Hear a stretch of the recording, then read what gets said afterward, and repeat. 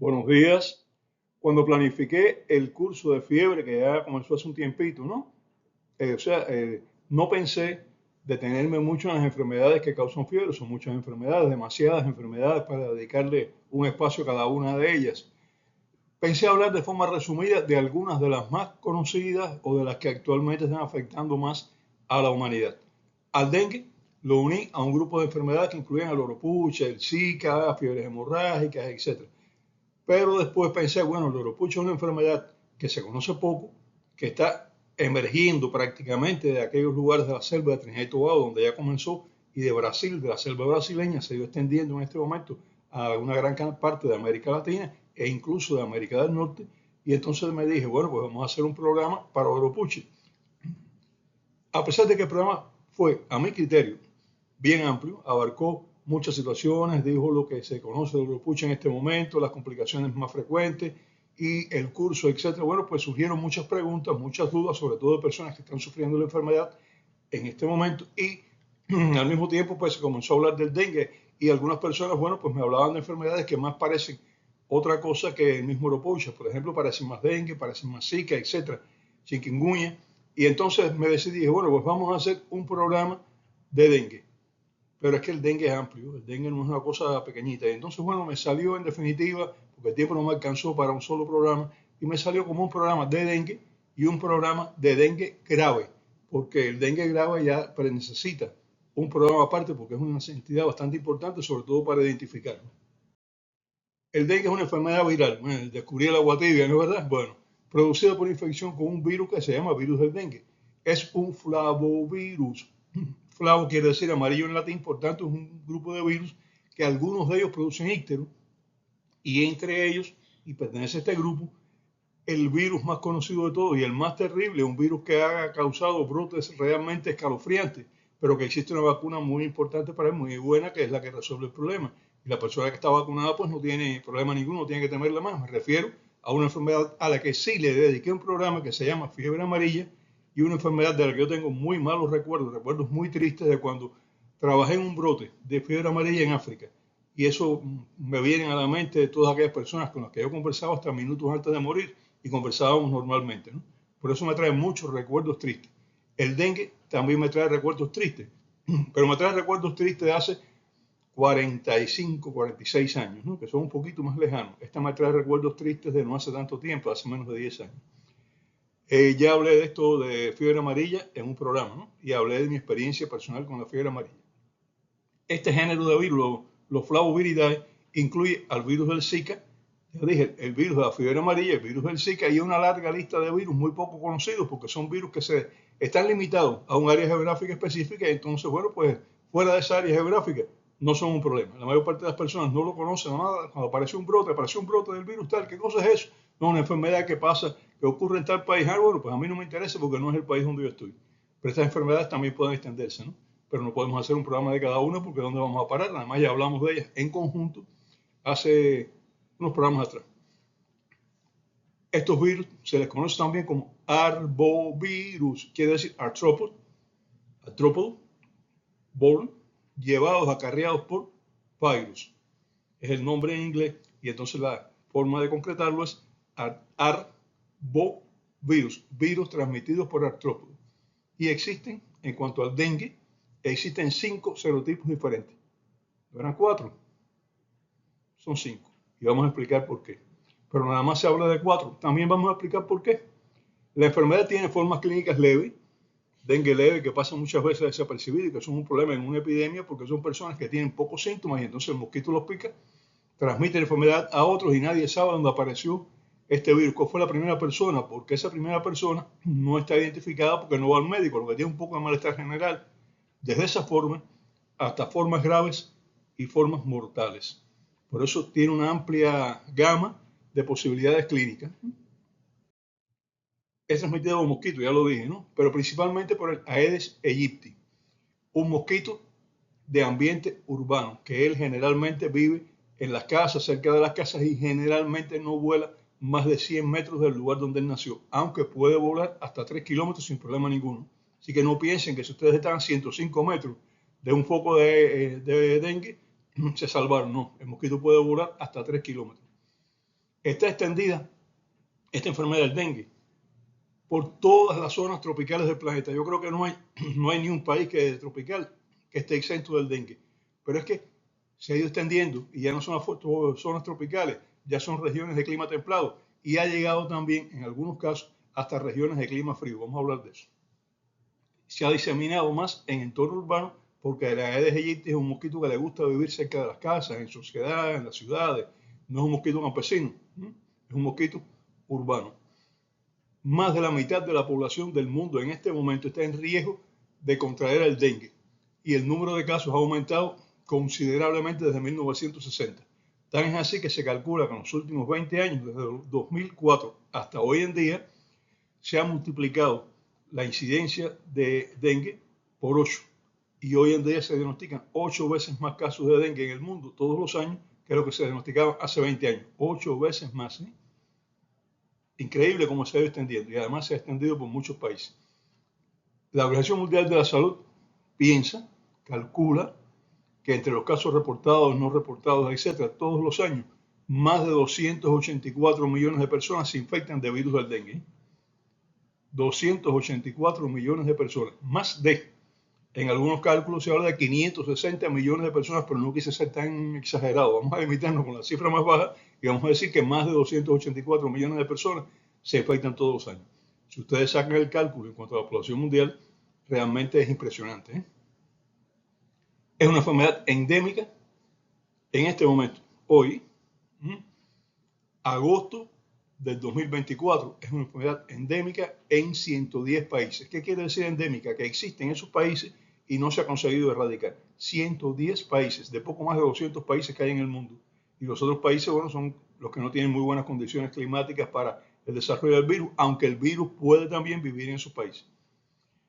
La enfermedad de dengue es la enfermedad transmisible más frecuente del mundo en viajeros internacionales. Cuando una persona viaja de un área endémica de dengue hacia un área que no es endémica de dengue, la enfermedad que más se transmite de esa manera es el dengue, excepto en los viajeros que provienen de África.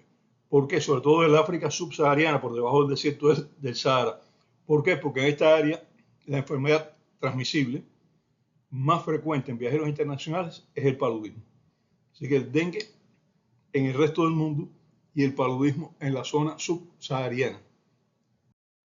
Es un problema mundial, un problema cada vez más extendido y un problema que no se ve cómo solucionarlo, porque la solución es acabar con el mosquito transmisor, pero eso es muy difícil. Eso requiere una campaña tan grande que es difícil. No es imposible, eso no es imposible, pero tampoco es tan fácil. Hablando de la historia del dengue, una enciclopedia médica que fue publicada en China durante el periodo de la dinastía Jin, eso fue en el año 264 al 420 después de Cristo. Esta enciclopedia después se republicó varias veces, pero esa fue la primera vez que se publicó esta enciclopedia médica, recogía todos los conocimientos médicos de China de aquella época. ¿Cuánto es de eso? 1700 y tantos años. Describe una especie de agua envenenada que se asocia a insectos voladores que al picar a las personas transmite una enfermedad que cursa con fiebres muy elevadas. Parece dengue. Entonces se ha interpretado siempre que hablaba del dengue. Y parece que sí. Posteriormente el dengue se extendió por diseminación del mosquito, porque cuando empezaron los viajes internacionales ya en el siglo XV, XVI, sobre todo en el XVII, los barcos iban de Asia a Europa, de Asia a África, de África a Europa, y entonces los mosquitos se metían en los depósitos de agua de los barcos, mosquito infectado, ponían sus larvas, picaba a la tripulación del barco y a los pasajeros también, desde luego, y hacía que el dengue se fuera extendiendo. Así el dengue de África, el África subsahariana y algunas partes de Asia, llegó a Europa y llegó a América. El reporte más antiguo de una pandemia fue en 1779 y 1780, fíjense, siglo XVIII, y afectó a países de Asia, África y Norteamérica. Se extendió muchísimo en el siglo XVIII, la primera pandemia de dengue. Ahora estamos en una pandemia de dengue. La OMS no ha declarado la pandemia de dengue, pero hay tantos países endémicos de dengue que en este momento pudiéramos hablar de que o es una endemia de muchos países, o bueno, es una pandemia, que lo que quiere decir es una enfermedad que se encuentra diseminada por varios países. Pero bueno, como es endémica, no se le ha tirado tanto así desde el punto de vista de de decir que es una gran pandemia mundial, no es como el COVID. La primera descripción definitiva, bien hecha, la realizó un médico norteamericano, Benjamin Rush, en 1779. Describió el cuadro clínico como lo conocemos actualmente, con fiebre muy elevada, acompañada de dolores intensos en músculos y articulaciones, y él llamó a esta fiebre rompe huesos. En otros países del mundo se ha hablado de fiebre quebranta huesos, es lo mismo, rompe huesos, porque dice que los huesos parecía que se rompían a las personas que la padecían. En 1906 se confirmó la transmisión por el mosquito Aedes aegypti. Es la segunda enfermedad en que se demuestra la transmisión por mosquito. ¿Cuál fue la primera? Fiebre amarilla. ¿Quién lo demostró? Carlos Juan Finlay Barré, y lo publicó por primera vez en 1881. O sea, 24 años después que Finlay demostró la transmisión de la fiebre amarilla por el mosquito Aedes aegypti, pues entonces se demostró que el dengue también era transmitido y también por el mosquito Aedes aegypti. Después de la Segunda Guerra Mundial, el dengue comenzó su expansión por el mundo. ¿Por qué? Porque después de la Segunda Guerra Mundial ya era más fácil. Los aviones, empezaron los vuelos comerciales, empezaron los vuelos en transatlánticos, los vuelos rápidos, y ya después de 1945, además empezaron a traer grandes tropas, gran cantidad de tropas de América iban hacia Europa para los países que habían sido derrotados, algunas tropas iban de acá para allá, y este tráfico humano tan grande y tan fácil, porque ya se hizo mucho más fácil, permitió que el dengue se expandiera mucho más. Y hoy en día, esta expansión del dengue es un verdadero problema. Viajeros de áreas endémicas pueden transmitir la enfermedad y ellos mismos a veces ni se dan cuenta que la están transmitiendo. Actualmente, ya lo dije, el dengue supera la cantidad de 280 millones de personas infectadas por año en el mundo. En el mundo. Es una cifra para respetar. El término dengue, de donde ha salido la palabra, ¿no? Pues ha habido varias versiones. Una versión dice que el idioma swahili, que es un swahili, que es un idioma del África oriental, del África del oeste, la zona esa de Mozambique, por el norte de Mozambique para arriba, hasta Somalia, todo el área por ahí, es una etnia muy extendida en esa zona. Pues ahí hay una frase que dice, Kadinga Pepo. Y Kadinga Pepo quiere decir enfermedad causada por un fantasma. Muchos piensan que de ahí es que deriva la palabra dengue. Kadinga Pepo, transmitida por un demonio, por un fantasma. Y entonces, de esa creencia de esta etnia africana, se piensa, algunos, que viene de ahí. Otros piensan que proviene de una palabra española, dengue. Y dengue en español quiere decir melindre. O sea, la gente que ay, ay, ay, así no, melindrosa. Y como las personas con dengue caminan con cierta forma, porque les duelen los huesos, porque se sienten mal, pues algunas personas piensan que la palabra dengue viene de dengue en español. Ahora, lo que yo no sé qué fue primero, ¿no? Si la enfermedad o la palabra dengue en español. Esa sería la pregunta del siglo. En definitiva, no se conoce exactamente, son las dos grandes versiones en cuanto a decir por qué se llama dengue, pero no hay una exactitud total en cuanto al origen de la palabra. De la enfermedad sí, pero de la palabra no. Bien, cada 5 o 6 años en el mundo aparece un brote. ¿Por qué? Bueno, se piensa que hay varias causas. La primera de ellas es que hay poblaciones que no presentan inmunidad. Hay personas que nacieron y crecieron y están ya en los grupos de contagio. Hay personas que padecieron de una infección por dengue por uno de los serotipos, pero que no han padecido infección por dengue por los demás serotipos. Y entonces cambió el serotipo e enferman a esas personas. Hay un grupo de personas que simplemente en el otro brote pues no padecieron de dengue, pero ahora están ahí disponibles, ¿no? Por eso cada 6 años, 5 años más o menos en el mundo y en casi todos los países aparece un brote. Y esto es normal desde el punto de vista epidemiológico, ¿no? No es normal desde el punto de vista médico, no debería haber brotes, pero los hay. Poblaciones jóvenes, inmigrantes, que es otro aspecto a tener en cuenta, personas que vienen de un país donde hay dengue hacia otro país donde no hay dengue y transmiten una cepa diferente. Actualmente el dengue se ha extendido por muchos países tropicales y subtropicales, de Asia a África, América del Sur, América Central, el Caribe y México sobre todo. Y la parte sur de Estados Unidos también existe. Se transmite a humanos por la picadura de la Aedes aegypti, ya hemos dicho ya, pero también por la Aedes albopictus, que es un mosquito asiático, pero que se ha extendido por el mundo. Estaba limitado a Asia, pero con los vuelos estos, imagínense ustedes, usted coge un avión ahora y recorre el mundo en menos de 24 horas, ¿eh? Y entonces el mosquito hace lo mismo, él se monta ahí, y cuando ustedes vienen a ver, está bastante lejos. Es un mosquito que además de eso es un poco más salvaje, aunque tiene un entorno urbano también, pero es un poquito más salvaje que la Aedes aegypti. no se transmite de persona a persona. O sea, una persona que está enferma con dengue, usted puede estar cerca de ella, hablar con ella, todo, no hay problema ninguno. El mosquito hembra se infecta por picar a un ser humano infectado y la incubación dura de 4 a 10 días. 4 o 10 días después de haber picado a una persona que está enferma, ya el mosquito está listo perfectamente para transmitir la enfermedad. Y ya es infectante por toda la vida. Siempre va a ser infectante hasta que el mosquito muera. El mosquito tiene una capacidad de adaptación muy grande. Ya no es el que nosotros pensábamos a veces, que si es trópico. No. El mosquito se ha adaptado a diferentes climas, se ha adaptado a diferentes medios y tolera temperaturas por debajo de cero. Se refugia en microhabitat caseros cuando la temperatura es muy fuera de la casa, es muy fría, entonces él se queda dentro de la casa, no sale, está tranquilito ahí, pero al mismo tiempo hiberna. ¿Qué quiere decir hiberna? Que mientras el frío esté muy intenso, se mantiene quieto y no consume energía, puede estar largo tiempo sin mover, sin picar ni nada, ahí tranquilito. Esto le ha permitido expandirse por Europa. Por eso Europa ya no, que no es tropical y que Europa, muy pocas partes de Europa son subtropicales, pues él se ha extendido por muchos países de Europa también. Los mosquitos Aedes aegypti pican preferentemente de día. No quiere decir que de noche nunca piquen, pero es raro. Generalmente ellos pican de día. Las personas infectadas pueden transmitir la infección al mosquito después de aparecer los síntomas durante de 4 a 5 días. Ya empieza a sentirse mal, empezó la fiebre, empezó el malestar. Durante 4 o 5 días la fase de viremia, quiere decir que el virus está en la sangre esperando que llegue un mosquito y pique. Él no está esperando exactamente que llegue un mosquito, no, pero está en la sangre y cuando un mosquito pica, pues entonces transmite ya. Pero se han visto personas que han transmitido el virus hasta 12 días después de haberse iniciado los síntomas. Los mosquitos se reproducen en depósitos de agua cercanos, por lo general, ya lo dije, a 100 metros de la casa, pero pueden volar hasta 3 kilómetros. O sea que no es solamente como se pensaba antiguamente, que es aquí una cuadra alrededor de la casa, no, llegan mucho más lejos. El dengue, y esto es importante, puede transmitirse por productos sanguíneos contaminados como transfusiones de sangre, como algunas otras. Por ejemplo, sangre, usted tiene sangre de una persona enferma aquí y usted puede también, si tiene una herida manipulando la sangre, pues puede contagiarse.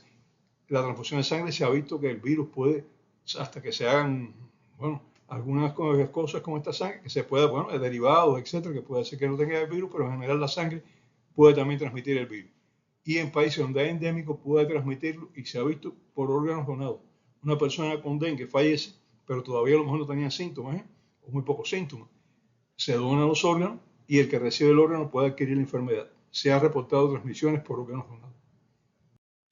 Y hay transmisión al feto en las embarazadas. El virus es un flavovirus, como ya dije al inicio, es un virus esférico, es un virus con una envoltura proteica y una nucleocápside. Si quieren ya conocer la estructura de los virus, bueno, ya hablamos, tuvimos un ciclo de virus.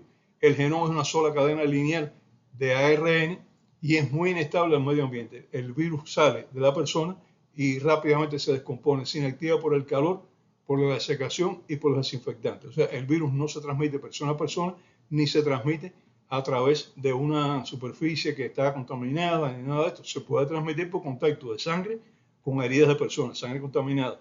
Se puede transmitir, se ha visto, se ha reportado casos por transfusiones de sangre y por donaciones de órganos, pero la transmisión fundamentalmente es por la picadura del mosquito hembra de la Aedes aegypti contaminada y que puede soportarlo.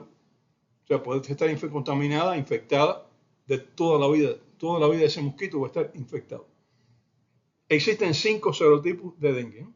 Y eso sorprendió un poco porque yo sé que algunas personas dicen, pero eran 4, no, son 5.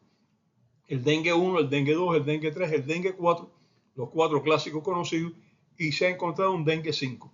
¿Qué pasa? El quinto dengue 5 fue descubierto en el año 2013. Es selvático, no es de ciclo urbano. Infecta sobre todo a primates, chimpancés, gorilas y macacos y puede infectar al hombre, pero sobre todo al hombre que entra al lugar donde está ese mosquito infectado y el primate. Es un serogrupo que generalmente es raro que afecte al hombre, pero una persona que entra a zona selvática, no sé si alguno que me está viendo ha entrado a zona selvática, yo he entrado a zona selvática y entonces he entrado a zonas selváticas en Asia y en América. Y entonces, si me pica un mosquito infectado ahí con un serogrupo 5 del dengue, pues me infecto también. Eso es una cosa lógica, ¿no? La infección por un serogrupo crea inmunidad de por vida a ese serogrupo, de por vida. Antiguamente se decía que al mismo tiempo creaba inmunidad bastante fuerte contra otros serogrupos, por ejemplo, el 1 con el 2, el 3 con el 4. Actualmente se sabe que no es así. Que usted se infecta, digamos, por ejemplo, con el 1, el serotipo 1, serogrupo 1. Usted queda inmune permanentemente para toda su vida ante el serogrupo 1. Pero durante un tiempo es inmune al 2, al 3, al 4. Y bueno, pensamos también al 5, ¿no? Y pasado un tiempito, unos meses, pues ya puede infectarse por un serogrupo 2, por un serogrupo 3 o por un serogrupo 4. Si se infectó por el 2, pues lo mismo, ¿no? Y así sucesivamente. Usted queda inmunizado permanentemente para el serogrupo con el cual se infectó. Y una inmunidad relativa quiere decir que se puede enfermar, pero que es menos probable, por unos meses para los demás serogrupos. Pero pasados 2 o 3 meses, pues ya esa inmunidad relativa desapareció. La situación es la siguiente también. Hay algunos serotipos que son más virulentos, hay algunos serotipos que pueden cursar asintomáticos, sobre todo yo creo que los 4 pueden cursar, yo creo no, los 4 pueden cursar asintomáticos en algunos casos, puede provocar síndrome febril o puede provocar casos graves y mortales, cualquiera de los 4 serogrupos. O sea, no es que el serogrupo tal es más agresivo, ni que el serogrupo más cual es menos agresivo, a pesar de que hay alguna diferencia entre ellos, pero por lo general cualquiera de ellos puede provocar una enfermedad de dengue, desde una enfermedad leve de dengue hasta una enfermedad grave, shock y muerte. Una infección por un serotipo prepara las condiciones inmunológicas para que otra infección posterior produzca un dengue hemorrágico. Se han visto algunas personas, se han reportado personas que en una primera infección desarrollaron un dengue hemorrágico, pero son casos puntuales. Pero además no se sabe si esa persona tuvo un dengue poco sintomático antes de tener este dengue hemorrágico. Por lo general lo que se acepta es que una persona con dengue hemorrágico tuvo una exposición previa al virus. El serotipo 2 es el que más inmunidad produce, sobre todo las inmunidades cruzadas estas. Y el dengue 4, serogrupo 4 del dengue, es el que menos viremia produce. Es decir, tiene menos virus circulando en sangre. No quiere decir que el cuadro clínico sea diferente, es el mismo, ¿no? Pero tiene menos virus circulando en sangre. Por tanto, si usted hace un cultivo de sangre, como se hace a veces para el diagnóstico, como veremos, pues ese cultivo tiene menos probabilidades de dar positivo que si se lo hace al serogrupo 1, al serogrupo 2 o al serogrupo 3. Se plantea que los cuadros graves de pacientes con dengue dependen de la respuesta inmune. No dependen ni del tipo de serogrupo que está circulando, ni dependen del medio ambiente, dependen de cómo responde cada persona a una infección. Y que hay algunas alteraciones genéticas que favorecen la aparición de cuadros o complicaciones graves. Hay personas que nunca van a tener un dengue grave, hay personas que más probablemente pueden tener un dengue grave. Las variaciones más frecuentemente relacionadas, variaciones genéticas de algunas personas con algunos tipos graves, son las modificaciones de los genes que codifican las siguientes proteínas. En primer lugar, el factor de necrosis tumoral alfa, una proteína que es muy importante en la respuesta inmune no adaptativa. Es una de las primeras proteínas cuando hay cualquier tipo de infección del organismo que es liberada, y al ser liberada, pues entonces va a dar una respuesta inmunológica, va a defendernos. Y es una de las primeritas, factor de necrosis tumoral alfa. Bueno, si ustedes buscan el ciclo inmunológico, van a ver cuáles son: interleucina 1, interleucina 6, factor de necrosis tumoral alfa, interleucina 2 también, y algunas otras más. Pero el factor de necrosis tumoral alfa, hay los interferones. El factor de necrosis tumoral alfa es muy importante. Y este factor de necrosis se llama así porque mata, necrosa células. ¿Cuál célula necrosa? La infectada. Y entonces destruye la fuente de virus. Este factor de necrosis tumoral alfa en algunas personas está modificado genéticamente y hace que la persona sea más susceptible a la infección grave por virus del dengue. El TGF-beta es el factor de crecimiento celular beta. Es una citosina. Citocinas son sustancias segregadas por células de defensa que van a actuar defendiéndonos, ¿no? Y actúa para estimular el crecimiento de algunas células de defensa. Algunas personas con modificaciones de este factor, bueno, pues responden con una forma más agresiva y pueden desencadenar, puede esto causar que tengan un dengue grave. El CTLA4, que es un receptor que está en la superficie de los linfocitos, puede ser que la modificación, puede ser no, se ha visto de personas con modificación de este receptor responden con enfermedad más grave. Otras citocinas que también se ha visto, y hay un tipo de anemia hemolítica. Y hablamos de ella cuando hablamos del ciclo de anemias, ¿no? El déficit de glucosa 6-fosfato deshidrogenasa, que es una enzima que tienen los eritrocitos, que la persona que tiene un déficit de esta enzima, pues tiene más probabilidades de desarrollar un dengue hemorrágico. Otros polimorfismos, otras variaciones genéticas dentro de lo que es la variación normal, porque estamos hablando de variaciones que están dentro de lo normal, no todas las personas somos iguales, cada uno tiene su propia huella de identidad inmunológica. Pues entonces otras variaciones pueden proteger del dengue, por ejemplo, de las formas graves, por ejemplo, modificaciones de receptores para vitamina D y algunas modificaciones de receptores para inmunoglobulina. Estos pueden hacer que la persona sea más resistente a sufrir de un dengue grave. Y esto puede explicar las diferencias entre infectados, porque algunas personas sufren con mayor intensidad el dengue con formas graves y otras personas pues no tienen nunca formas graves.